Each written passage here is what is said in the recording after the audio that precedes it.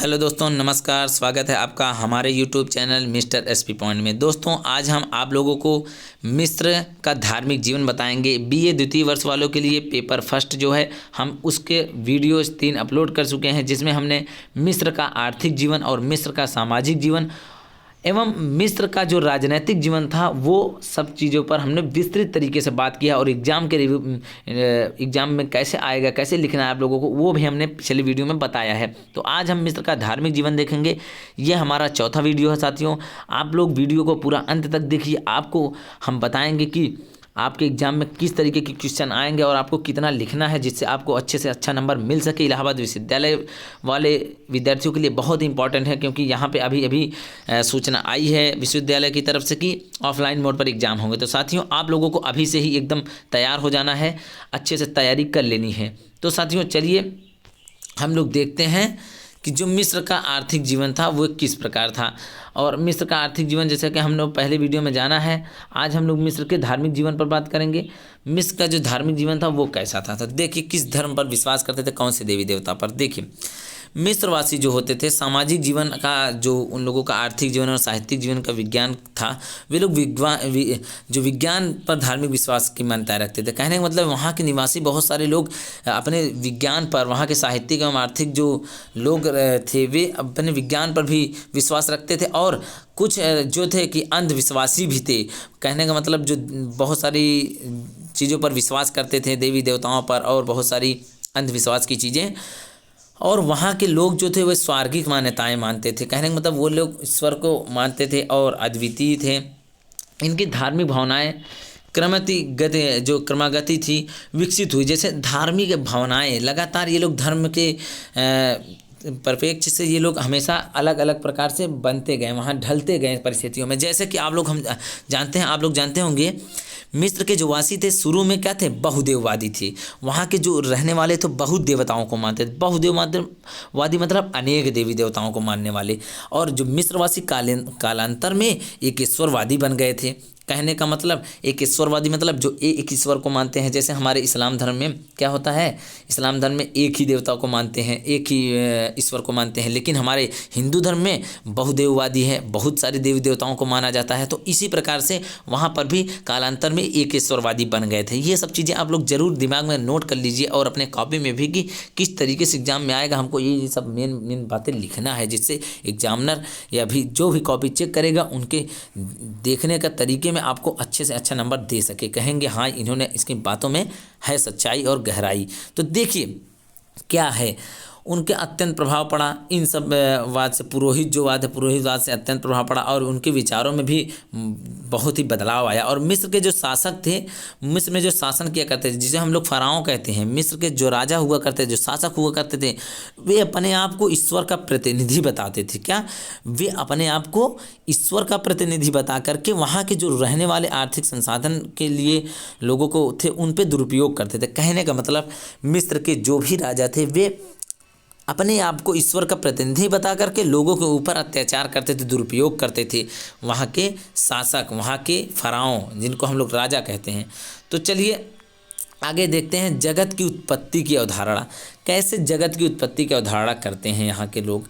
देखिए, जो जगत की उत्पत्ति की अवधारणा है साथियों, ये हम लोग देख सकते हैं। इसके बारे में जगत उत्पत्ति से संबंधित मिस्री अवधारणा रही है। मिस्री मतलब मिस्र के रहने वाले, जैसे भारतीय वैसे मिस्री की अवधारणा रही है।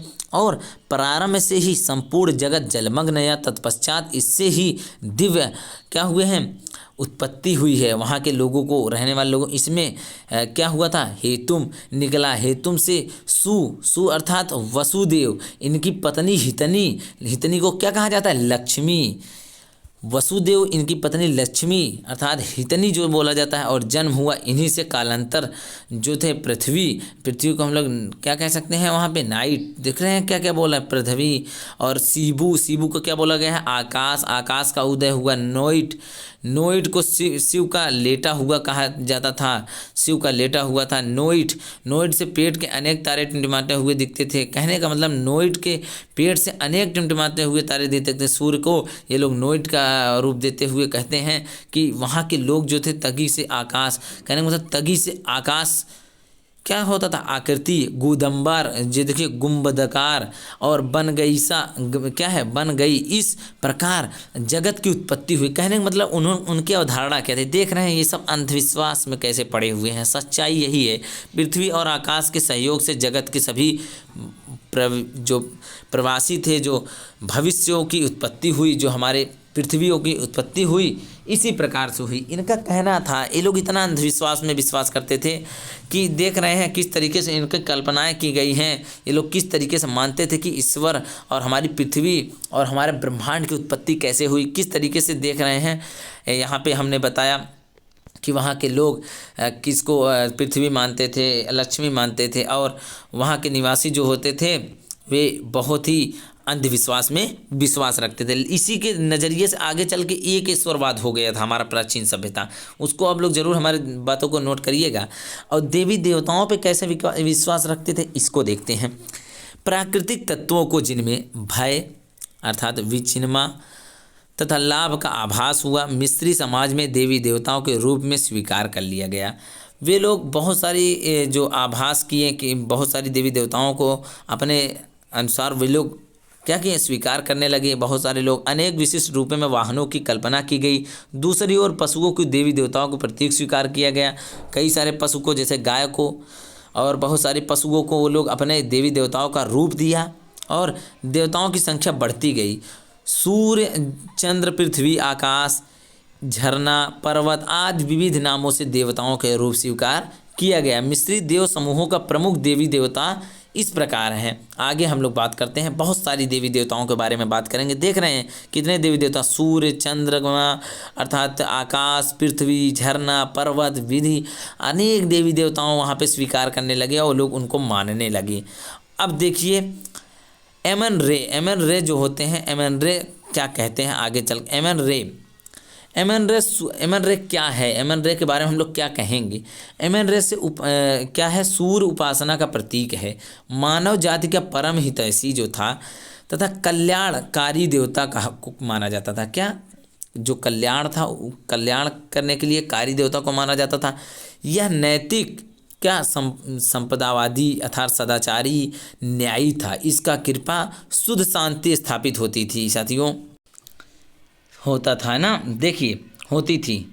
अब साथियों देखते हैं हम लोग, देखिए साथियों क्या है, होती थी। इसका प्रतीक चिन्ह सूर्य चक्र था। क्या था उसका जो प्रतीक था, जो न्यायी था, जो कल्याणी था, उनका चित्र क्या था, सूर्य। ऐसा विश्वास किया जाता था मिस्र के लोगों के बीच कि यही मिस्र के सर्वप्रथम शासक था। कहने का मतलब उत्तराधिकारी जो मिस्र के शासक फराओं, हमने पहले ही बताया था, फराओं अर्थात कहीं कहीं फराओं जो भी मिलता हो फराओं कहा जाता है और कहलाते थे। इसमें मानव जगत के अंधकार को दूर करने के प्रयास किया गया है। मानव जगत के जो अंधकार, मानव में जो कहने की मतलब अंधविश्वास को समाप्त करने के प्रयास करने लगे, दूर करने का प्रयास करने का। ओसिरिस क्या है, ओसिरिस आप लोगों को मिलेगा। मिस्री धर्म में ओसिरिस क्या मतलब यह है कि अधोलोक अर्थात पृथ्वी का देवता मानते थे ओसिरिस को। यह सत्यवादी, न्यायवादी तथा कर्तव्य परायण था। मानव जो होते थे, मानव जाति को कृषि कर्म में तथा विभिन्न कलाओं का ज्ञान इसी से मिला था, किंतु इसके कई दुष्ट भाई स्रोत ने इसकी हत्या कर दी। कहने का मतलब ये लोग कैसे देख रहे हैं अंधविश्वास, और ये लोग किस किन चीज़ों पर विश्वास करते जा रहे हैं, तो कर दी। इसकी पत्नी जो थी आइसिस ने मृत पति को अस्त्री अर्थात शव, जिसको स्त्री को शव बोलते हैं, अवशेषों को उठाकर मंत्र उपचार द्वारा पुनः जीवित कर दिया था। देखिए साथियों क्या ऐसा कभी हो सकता है, आप लोग सोचिए। वहाँ की जो असीरिस जो था उसकी पत्नी जो थी वो उनका जो उनके पति का मृत शरीर था उसको जो शव था उसको उसके अवशेष जो वो मरने के बाद उनकी जो शरीर थी उनको अवशेष बोलेंगे, वे अवशेष उठाकर क्या किए, मंत्र का उपचार किया, उस पर मंत्र पढ़े और मंत्र पढ़ने के बाद उनको पुनः जीवित कर दिया। क्या ऐसा होगा? नहीं होगा साथियों। यही है वहाँ का अंधविश्वास। ऐसे ही लोग वहाँ पे अंधविश्वासी हुआ करते थे। अब देखिए और उसके बाद इन मंत्रोपचार करते थे द्वारा असीरिस को पुनः चेतना आ गई और वे तुरंत फिर से जीवित हो गए। वह लौकिक जीवित व्यतीत करने योग्य नहीं रह गया था। लौकिक अधोलोक जो था स्वामी बनाया गया था और ऐसी धारणा में उसके पुनः जीवित होने के पश्चात उसकी पत्नी आइसिस ही क्या करी, हौरूस नामक पुत्र का जन्म हुआ था। उसके बाद हौरूस नामक पुत्र का जन्म हुआ था और असीरिस की मृत्यु एवं पुनर्जीवन का संबंध नील नदी की बाढ़ से किया जाता है। साथियों, जैसे नील नदी वहाँ लगातार आती थी और वहाँ के लोगों को एक बार फिर से हरियाली ला देती थी और जीवित कर देती थी, वैसे ही इस असीरिस को मृत्यु को पुनर्जीवित का संबंध नील नदी से माना जाता है। कहने का मतलब ये सब अंधविश्वास है, वहाँ के लोग ऐसा मानते हैं, ऐसा कुछ हुआ नहीं होगा, इसीलिए इनको अंधविश्वास का नाम दिया गया है। अब देखिए असीरिस जो थे, जो आइसिस थे, आइसिस के बारे में हम लोग देखते हैं। असीरिस के देख लिए आप लोगों ने। असीरिस जो हुआ करते थे वे मिस्र की पौराणिक देवी के रूप में प्रतिष्ठित थी। बहुत पौराणिक देवी, जैसे हम लोग बहुत सारी देव देवताओं को मानते हैं पुराणों के रूप में, वैसे ही ओसिरिस की पत्नी एवं हौरूस की माँ थी। हौरूस क्या थी? एवं हौरूस की माँ थी और हौरूस उसका पुत्र था असीरिस और आइसिस उसकी पत्नी थी असीरिस की। ये पृथ्वी पर सभी जीवित जीव जो वस्तुएं थे उन पे जन्मदात्री के रूप में मानी जाती थी। जितनी पृथ्वी पर जितने भी वस्तुएं और जीव जंतु उत्पन्न हुए हैं ये उनके जन्मदाता माने जाते हैं, जन्मदात्री मानी जाती है। कौन? आइसिस। नोइट कौन था? आप लोगों ने पहले अभी देखा था, नोइट हमने बताया था। आप लोग सोचेंगे ये नोइट क्या है, तो नोइट आकाश की देवी माने जाता था। नोइट आकाश की देवी मानी जाती थी। इनका शरीर धनुष जैसा होता था और पैर और हाथ पृथ्वी के किनारे पर है।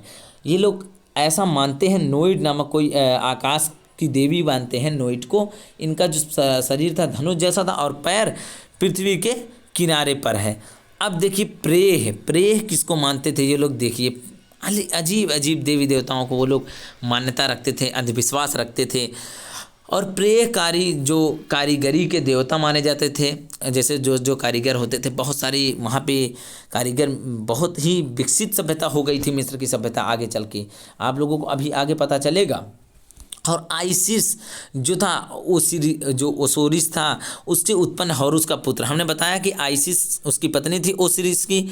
ओसिरिस से उत्पन्न जो पुत्र था हौरूस था वो मिस्र का एक संभावित देवता था, एक सम्मानित देवता था कह सकते हैं। इसका शरीर मनुष्य के शरीर से सिर्फ बाज पक्षी का तक ही होता था। कहने का मतलब ये सिर्फ बाज पक्षी का होता था। इसका शरीर ही अजीब तरीके से देख रहे हैं, शरीर, इसका शरीर मनुष्य तथा सिर बाज पक्षी का होता था। बताइए चित्र कैसा होगा, वह फिगर कैसा होगा कि शरीर मनुष्य के जैसा और इसका सर जो बाज के मुंह जैसा, बाज के सिर जैसा। अब हथौर कौन से देवता हुआ करते थे? देखिए हथौर की ये लोग पूजा कैसे करते थे। साथियों आप लोगों को बता दें कि हथौर जो था, हथौर मिस्र की देवी, इसकी पूजा गाय के रूप में किया जाता था। हमने बताया अभी थोड़ी देर पहले बताया था कि हथौर नामक देवी का प्रयोग करते थे, अर्थात गाय को भी ये लोग पूजते थे, जिनको ये लोग हथौर कहते थे। पुरोहितवाद, साथियों पुरोहितवाद क्या था उसको देखते हैं। पुरोहितवाद देवता जो हुआ करते थे, देवता को ही पूजा मंदिर की संपत्ति व्यवस्था करने वाला पुरोहित होता था। जो वहाँ का देवता होता था, अर्थात पुरोहितवाद, देवता पूजा मंदिर की संपत्ति जो होती थी वही उसका देखभाल करता था, उसकी व्यवस्था करता था और देवालय का प्रधान होता था।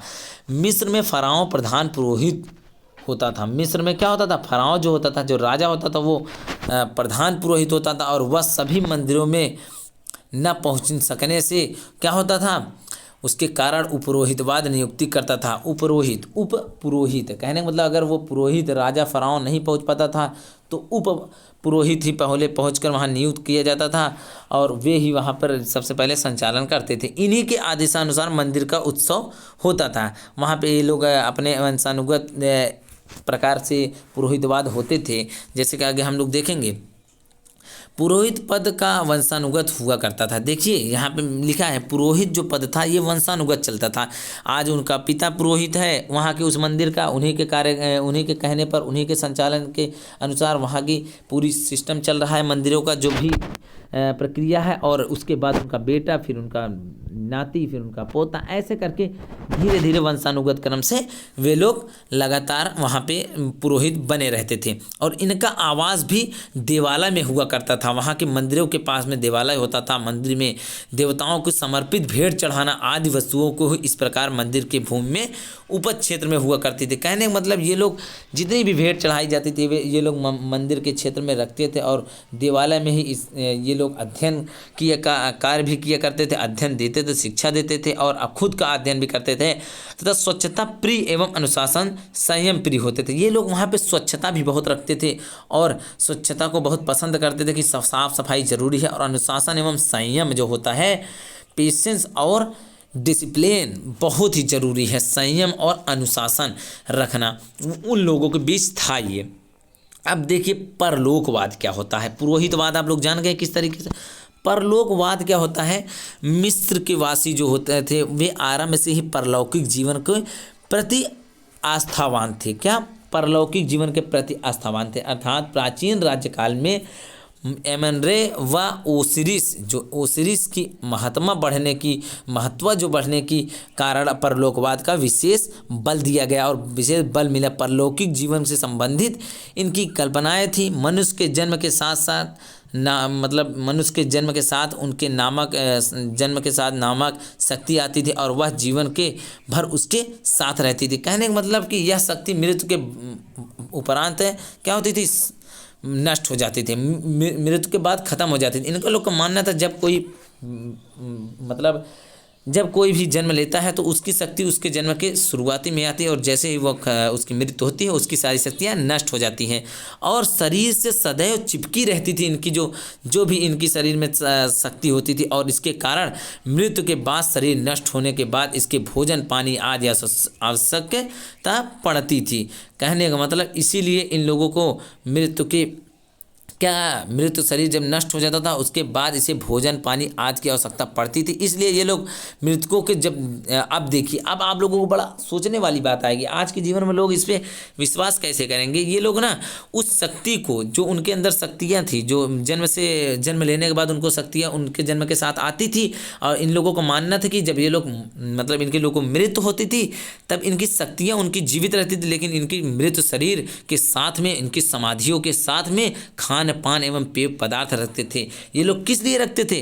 क्योंकि जो का नामक की शक्ति थी, अर्थात जिस शक्ति की हम बात कर रहे हैं उसको हम लोग का नामक की शक्ति कहेंगे। जो का नामक शक्ति थी उसकी सुरक्षा के लिए ये शवों की सुरक्षा के प्रति सजग हो गए थे। अर्थात जब शव को दफनाते थे तो उसके का नामक शक्ति के लिए ये लोग बहुत सारे भोजन, बहुत सारी वस्तुएं रख दिया करते थे ताकि वह उसके खाने योग्य हो जाए। इन लोगों को देखिए इतना अंधविश्वास और इतना मानना था। और समाधियों पर अब बृहद पिरामिड हुआ करता था, पिरामिडकार स्मारक निर्मित होते थे। लोग मृतक संस्कार को अपेक्षाकृत अधिक विस्तृत और कर्मकांड परक हो गए थे। कहने का मतलब जब कोई मृत्यु किसी को हो जाती थी, फराओं का, राजा का, तो वहाँ पे उन लोगों को दफनाने के बाद बहुत सारी खाने योग्य पदार्थ वस्तुएं रख दिया करते थे, उनकी समाधि में दफना देते थे और उसके ऊपर बहुत बड़ी सी क्या करते थे, पिरामिड बनाते थे। आप लोग जानते होंगे फराओं का पिरामिड जो मिस्र में बना हुआ है, एक तो बहुत ही फेमस है। क्या वो पिरामिड कौन सा है? गीजा का पिरामिड। आप लोग जरूर गीजा का पिरामिड पढ़ लीजिएगा, उसके बारे में वो हर बार एग्जाम में आता है। अब देखिए फराओ मृतक संस्कार में 70 दिन लगाते थे। कहने का मतलब मृतक जो जैसे संस्कार होता है, हम लोगों को एक दिन में मृतक का संस्कार ले जाते हैं, कर देते हैं, लेकिन उन लोगों के बहुत सारे नियम हुआ करते थे, बहुत सारी कड़ी हुआ करती थी कि इसके बाद ये करना है। ऐसे ही ये लोग किसी मृत्यु के बाद उनके मृतक का पूरी तरह से पूर्ण संस्कार करने में ये लोग 70 दिन लगाते थे। और लेप मुक्त वे लोग उसके शरीर के ऊपर एक ऐसा लेप लगाते थे, मतलब पुताई करते थे, उसके शरीर पर एक लेप लगाते थे और लेप लगाकर उसको लकड़ी की पेटिका में बंद करते थे। मिस्रवासी मृत शरीर को लेप लगाते थे और जैसा लेप लगाते थे वे कई दिनों तक ऐसा लगता नहीं था कि ये आदमी बहुत दिनों से मरा हुआ है, अर्थात मृत हुआ है। ऐसे ताज़ा का ताज़ा वो बहुत दिनों तक रहता था। ये लोग ऐसा मिक्स लेप लगाते थे, बहुत ही अजीब तरीके से ये लोग उसको लेप को बनाते थे और एक लकड़ी की पेटिका में उसको बंद डाल करके उसे क्या करते, समाज के रूप में उसे कमरे में बंद कर दिया जाता था और मृतक के साथ उपभोग के लिए आवश्यक खाद्य पदार्थ थी अर्थात खाद्य पदार्थ व मृतक की जरूरत की सामग्री भी रख दिया करते थे। बहुत सारे सामान रख दिया करते थे। पिरामिड ग्रंथों में हम लोग देखेंगे आगे चल के, पिरामिड ग्रंथों में मृतकों के लोक की कल्पना की गई है और इस लोक को अधोलोक या रूभी भूमि जो माना जाता है, खाद्य भूमि नाम दिया जाता है। अब आगे देखिए, यह लोक के नाम आप लोगों को बहुत अच्छा लग रहा होगा इस कहानी को सुन करके। आगे हम लोगों को बहुत सारी ऐसी चीज़ें मिलेंगी, अभी आप लोग खुद आश्चर्यचकित होंगे कि या उस समय के लोग सच में कितना अजीब तरीके के जीवन मानते थे। तो देखिए, आत्माएं प्रतिदिन सूर्य की नौका का प्रतीक्षा करती थी और भूमिका के चारों ओर जल भरा रहता था। इसके कारण वे क्या करते थे, यहाँ तक पहुँचना कठिन कार्य समझते थे और मृतकों को यहाँ जाने के लिए नौका का सहारा लेना पड़ता था। कहने का मतलब मृत लोगों के लिए देखिए, ये लोग कल्पना करते हैं किस तरीके से ये लोग जाते थे। मृत लोग कहीं जाएंगे, कहीं नहीं। इन लोगों को मानना था, अंधविश्वास था जिसका परिचालन दैवी नाविक करते थे। दैवी नाविक जो देवी देवताओं का नाविक था, वे लोग करते थे। परलोकवाद का मूलाधार न्यायाधीश ओसिरिस के न्यायालय से सभी आत्माओं की गुजरना पड़ता था। कहने का मतलब इनकी जितनी भी आत्माएं थी, जो ओसिरिस जो देवता मानते थे, उनके न्यायालय से सभी आत्माएं गुजरती थी। और यहाँ पर ओसिरिस अपने 42 देखिए पहले 42 अधीन न्यायाधीशों के सहयोग से उनके कर्मों का जांच करते थे। कहने का मतलब जैसे आप लोग जानते हैं, हम लोग कहते हैं कि आप अगर अपने जीवन में बहुत ही अजीब काम करेंगे, बहुत गलत काम करेंगे, तो आप कि मरने के बाद आपकी आत्मा सताई जाएगी, आपको बहुत परेशान किया जाएगा। आप इसीलिए अपने जीवन में बहुत सच्चा और सच्चे बन कर रहिए, कभी भी कोई गलत काम ना करिए जिससे आपके मरने के बाद आपकी आत्मा तड़पे। तो ऐसे ही वहाँ का मानना था कि जो ओसिरिस थी, उनके न्यायालय में 42 जो न्यायाधीश थे, वे इनकी कर्मों की जाँच करते थे, कैसा कर्म करके आया है यह व्यक्ति। तो अब देखिए करता था, जो आत्माएं जांच के निश्चित से क्या होती थी, पाई जाती थी, उन्हें स्वर्गीय सुखों का उपभोग करने के लिए भेज दिया जाता था। स्वर्गीय सुखों का उपभोग करने के, जो लोग अच्छा काम करने के आए होते थे, आत्मा जांच करने के बाद उनको स्वर्ग में भेज दिया जाता था और उनको सुख के लिए भेज दिया जाता था। और वो लोग दुष्ट आत्मा जो होती थी, और उन्हें क्या करते थे, यातनाएं, घोर यातनाएं देकर प्रताड़ित किया जाता था, उनको बहुत ही परेशान किया जाता था। कहने का मतलब उनकी आत्माओं को बहुत ही तड़पाया जाता था, घोर यातनाएं दे करके प्रताड़ित किया जाता था। जो लोग क्या करते थे, दुष्ट आत्मा होती थी। और परलौकिक जो जीवन था उसमें कष्ट के परिपूर्ण को माना जाता था, जिससे बचने के लिए मृतक को 100 की पेटिका अनेक जादुई मंत्र लिखे दिए जाते थे, जिससे इस संग्रह से बचने की काफिन टेक्सटन नाम दिया जाता था। देख रहे हैं किस तरीके का नाम दिया जाता है। ब्रेसिस ने काफिन टेक्सट का नाम दिया है। अजीब नाम दिया गया। चमत्कारिता पर विश्वास, ये लोग किस तरह का चमत्कार पर विश्वास करते थे। देखिए, चमत्कारिता पर विश्वास, चमत्कार के नाम पर ये लोग क्या करते थे, परंपरा नदी घाटी सभ्यताओं को चली आ रही थी और ऐसा ही वे लोग विश्वास किया करते थे कि मंत्रों का प्रभाव झील की सुखाई की जाती थी, झील को सुखवा करके कटे हुए शरीर को, अंगों को जोड़ा जा सकता था। बहुत सारे अजीब तरीके से कार्य ये लोग किया करते थे और फराओं ने इस चमत्कारी लोगों को क्या किया, प्रश्रय देते थे। और अमरता, नैतिकता, नहिस तंत्र मंत्र, ये लोग कितने तंत्र मंत्र पर विशेष पुरोहित की कृपा का पात्र बन गई थी। इस प्रकार ताबीज, टोना टोटका, देख रहे हैं, टोना टोटका का नाम आप लोगों ने सुना होगा गाँव में और बहुत जगहों पे आप लोग सुना कि इनको नज़र लग गई है। टोना टोटका और टोना यही है जिसको कहते हैं नज़र लग गई। ताबीज़ भी बांधते हैं नज़र लगने के बाद, बहुत सारी चीज़ों पे होती है आपके जीवन में तो ताबीज़ बांधा जाता है।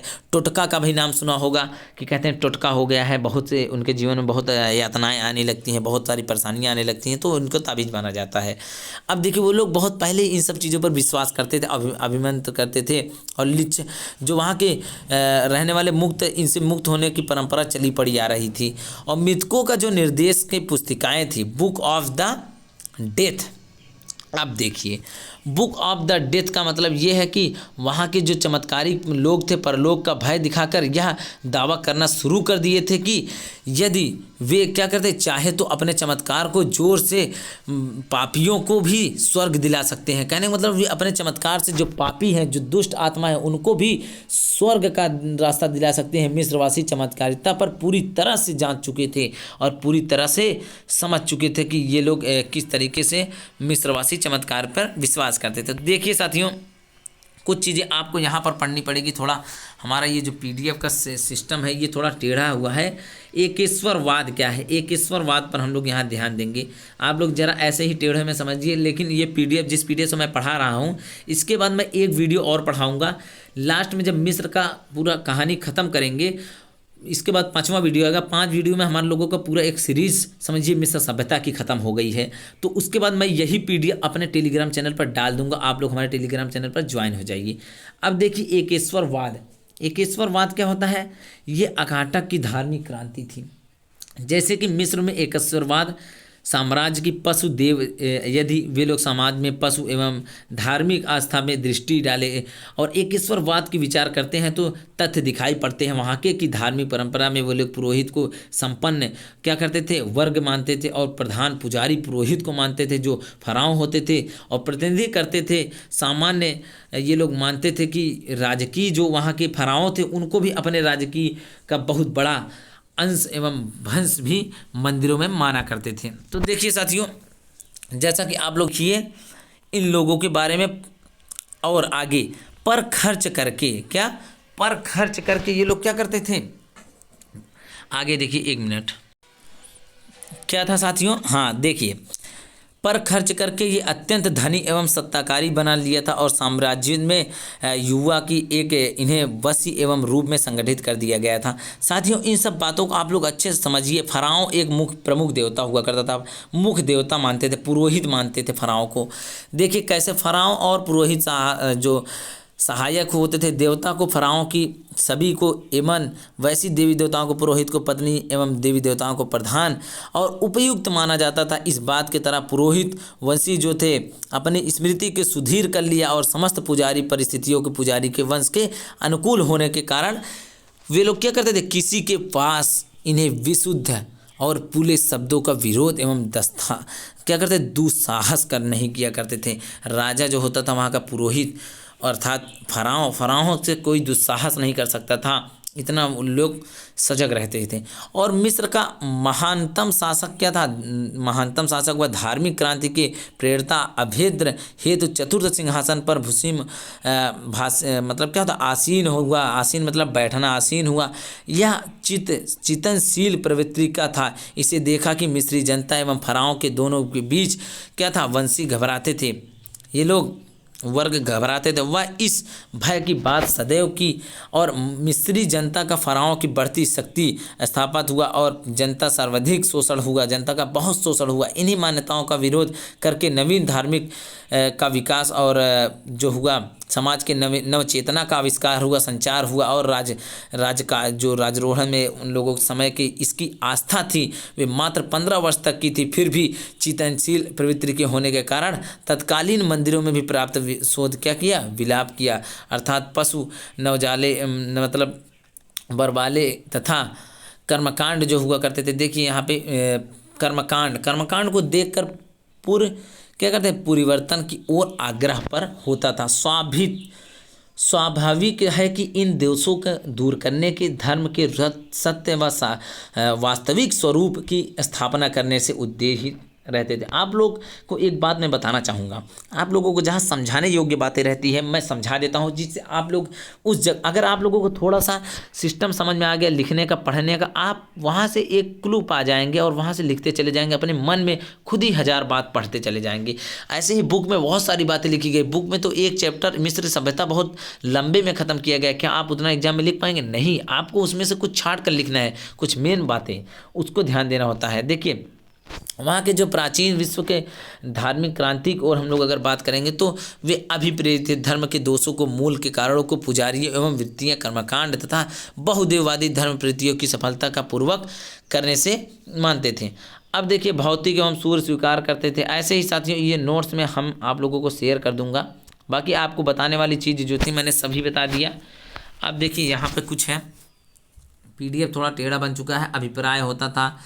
अब यहाँ से हम लोगों का मिस्र का जो धार्मिक जीवन था वो समाप्त होता है। अगले में हम लोग मिस्र की बौद्धिक उपलब्धियाँ बात करेंगे और वहाँ से हमारा क्या होगा, मिस्र समाप्त होगा। वहीं से हम लोगों का मिस्र की सभ्यता समाप्त होगी। आज हम लोगों ने जाना कि मिस्र का धार्मिक जीवन क्या था। साथियों अगले वीडियो में मिस्र की बौद्धिक उपलब्धियों पे बात करेंगे और वो वीडियो आपका छोटा रहेगा, आप लोग टेंशन ना लीजिएगा। आज के लिए बस इतना ही। चैनल को सब्सक्राइब करिए, लाइक करिए, शेयर करिए। धन्यवाद वीडियो देखने के लिए।